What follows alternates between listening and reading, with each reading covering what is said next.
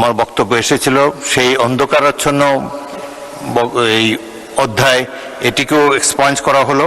আরেকটি বিষয় মাননীয় সদস্যবৃন্দ আপনাদের দৃষ্টি আকর্ষণ করছি, গত বৃহস্পতিবার দিনে ঢাকা থেকে নির্বাচিত মাননীয় সংসদ সদস্য আবু আশফাক হেফাজতে ইসলামের নেতা মাওলানা মামুনুল হক সম্পর্কে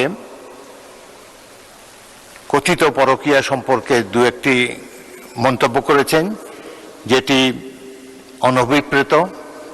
সেটি যেহেতু যার পক্ষে সংসদে এসে আত্মপক্ষ সমর্থন করার সুযোগ নেই, তার সম্পর্কে বিরূপ মন্তব্য করা অনুচিত।